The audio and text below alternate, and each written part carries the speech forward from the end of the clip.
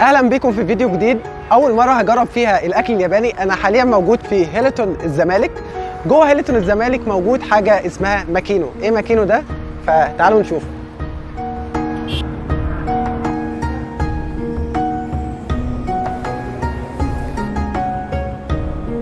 ماكينو ده بقى المكان اللي احنا هنجرب فيه الاكل الياباني. هو مكانه بالتحديد داخل هيلتون الزمالك.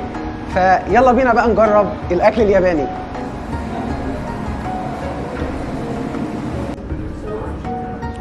يعني انا ما عنديش خلفيه كبيره قوي بالاكل الياباني، فكان معايا صديقي فده صديقي الياباني فاقترح لي اكله يابانيه. فهي مشهوره، الاكله مفضله في المطعم الياباني اسمها كاراجا تيشوكو.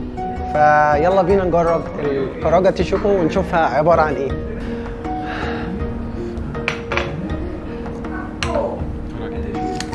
اوكي، اريجاتو جوزايماسو.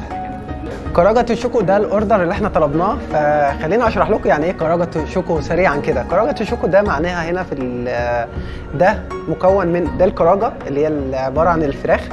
فده يعتبر الطبق الرئيسي. شوكو اللي هي الحاجات اللي هي يعني زي السلطه، الرز، ميسو سوب او الشوربه، وسمك التونه.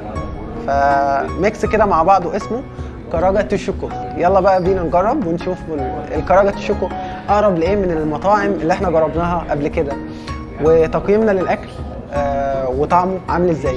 تعالى اشارك معاكم بقى جزء بسيط كده في الثقافه اليابانيه متعلق باداب الطعام.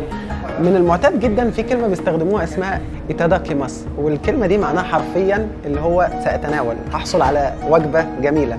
ده معناها الحرفي.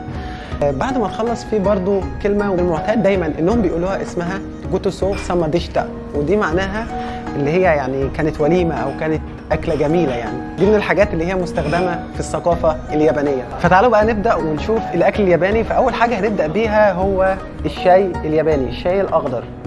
فده بتشربه قبل ما تبدا تاكل.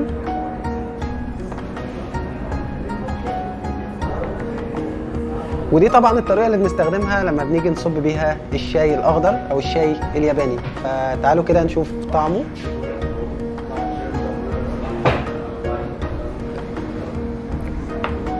بص، هو طعمه تحس كده يعني قريب للحاجات الهيرب، الحاجات اللي هي الاعشاب وكده. يعني مش مدي على طعم حاجه انا دقتها قبل كده.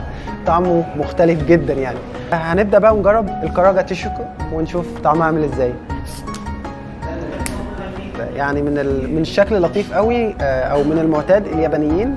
يعني بتثبتها كده شوب ستيك بالشكل ده كده وتبدا تاكل بيها. فاول حاجه نبدا بيها. فدلوقتي هيكون معانا الحشي اللي هي بالياباني اسمها حشي، اللي هي معناها شوب ستيكس، اللي هي دي بنستخدمها ناكل بيها. فاول حاجه هنبدا بيها ونجربها اللي هو السوب، الميسي سوب. فتعالوا كده نجرب الميسي سوب ونشوف طعمه.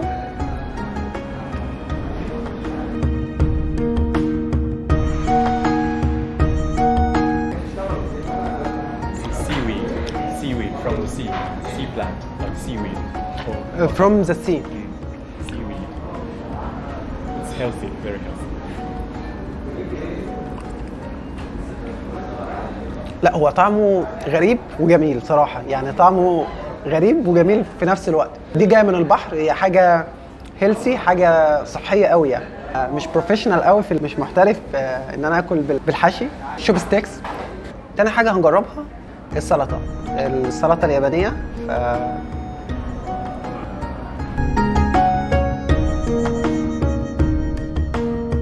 لا حقيقي يعني السلطه طعمها جميل جدا، يعني شبيهه جدا باللي بتعملها والدتي صراحه، او احسن طبعا منها يعني.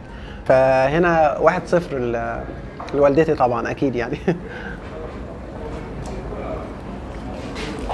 طبعا طعم السلطه جميل ومختلف، بس طبعا زي ما قلنا مامتي كده 1-0 ليها عامه يعني. مفيش اكل يتقارن باكلها طبعا. واو. بعد كده بقى هنجرب الرز الياباني.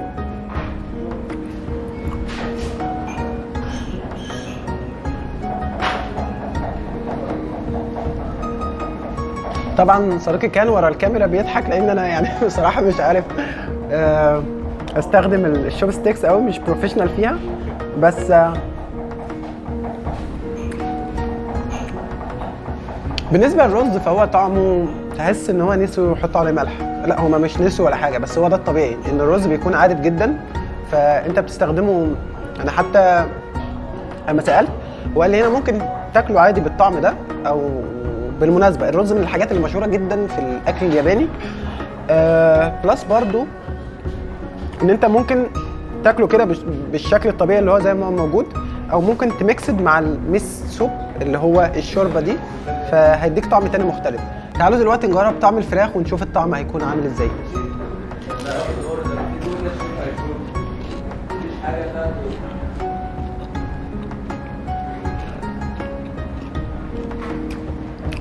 بس تشيكن يعني انا اعتقد ان هي مش فراخ، هي تقريبا حاسس انها قلبه كده على سمك. يعني انا حاسس ان انا مش باكل فراخ. او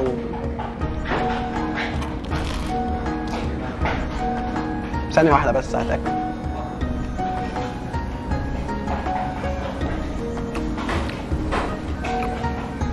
لو سمحت، هي دي فراخ ولا سمك؟ بس هي ليه حاسس ان الطعم سمك مش فراخ خالص؟ ده طبيعي يعني. لا بسأل، انا مستغرب مش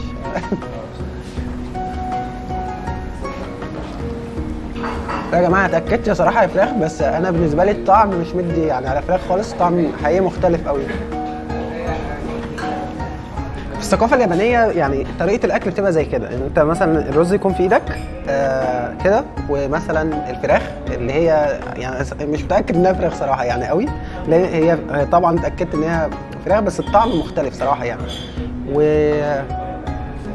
والرز بيكون في ايدك كده وتدوق بقى.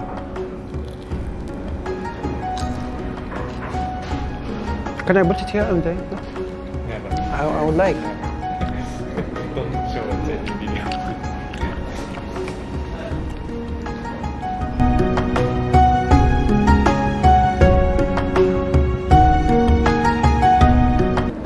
حقيقي يمكن ديت ألذ فراخ حقيقي جدا دقتها في حياتي. يعني طعمها كتير قوي مختلف، تحس ان هو ميكسد يا جماعه، يعني ميكسد ما بين ان انت يعني طعم الفراخ بميكس تاني كده مختلف، تحس انه السمك بس على بسيط كده. بس دي ألذ فراخ حقيقي دقتها، طعمها تحفه. والشيرس دي معناها لذيذ بس بالياباني. خامس حاجه بقى هنجربها اللي هي التونه، فتعالوا نشوف الطعم فيها عامل ازاي.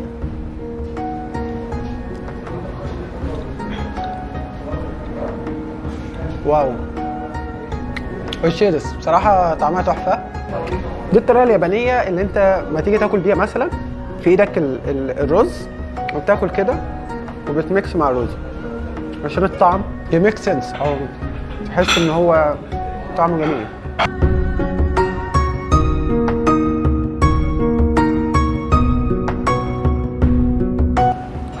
طبعا يعني من الصعب جدا انك تاكل بالشوب ستيكس ديت الرز، بس دي الثقافه اللي بياكلوا بيها الاكل الياباني. في سر هنا يا جماعه، انت بتحاول من تحت كده انك ايه تستخدمها، مش بالشكل انك تمسك قد بالشكل اللي هو تحاول ترفع بيها كميه يعني زي كده بالشكل ده. لا صراحه يعني الوجبه ميكس كده، تحس انها يعني متناسقه مع بعضها، يعني ميكس جميل. يعني تحس انها دايره كده فعلا مقفوله صح، يعني متجمعه صح. يعني الفراخ مع سمك التونه مع السلطه مع الميس سوب اللي هي الشوربه الجميله ديت. طبعا من الحاجات اللي ببدا بيها قبل ما اجرب اي مطعم ان انا ببدا اعمل سيرش عنه، فاشوف الريفيو حوالين المطعم ده. ظهر لي ان هو من المطاعم يعني قد يكون المطعم الوحيد في مصر ان هو بيقدم الطعم الاصلي للاكل الياباني. فتعالوا بقى نجرب ونشوف طعم الاكل الياباني مقارنه بمطاعم كتيره جربناها، ونشوف هو اقرب لايه من المطاعم اللي احنا جربناها ديت. طبعا خلينا نتكلم هنا عن شكل الديكوريشن. جابانيز ديكوريشن حقيقي موجود في اليابان، فالديكوريشن هنا عظيم جدا، فتحس كده ان انت قاعد في اجواء يابانيه، بلس زائد الميوزك اللي هي شغاله، الميوزك اليابانيه، فدي حاجه تحفه قوي وبتدخلك في اجواء يابانيه كده، تحس ان انت موجود حرفيا في اليابان. طبعا بقى نيجي نتكلم عن الاستاف اللي هنا جميل جدا في طريقه تقديمه للاكل، صراحه حاجه تحفه يعني. فانا يعني هايلي ريكومند، انا برجح المطعم ده بقوه لاي حد حابب يجرب الاكل الياباني. الاكل الياباني صراحه ليه يعني سبيشال تيست، ليه طعم كتير مختلف عن مطاعم كتيره جربناها. الاكل اليمني، الاندونيسي، الصيني، مطاعم كتيره مختلفه، ده يعتبر مميز. ودي طبعا زي ما انتم شايفين النتيجه بعد ما خلصت الاكل، وده حقيقي ما بيحصلش في مطاعم كتيره.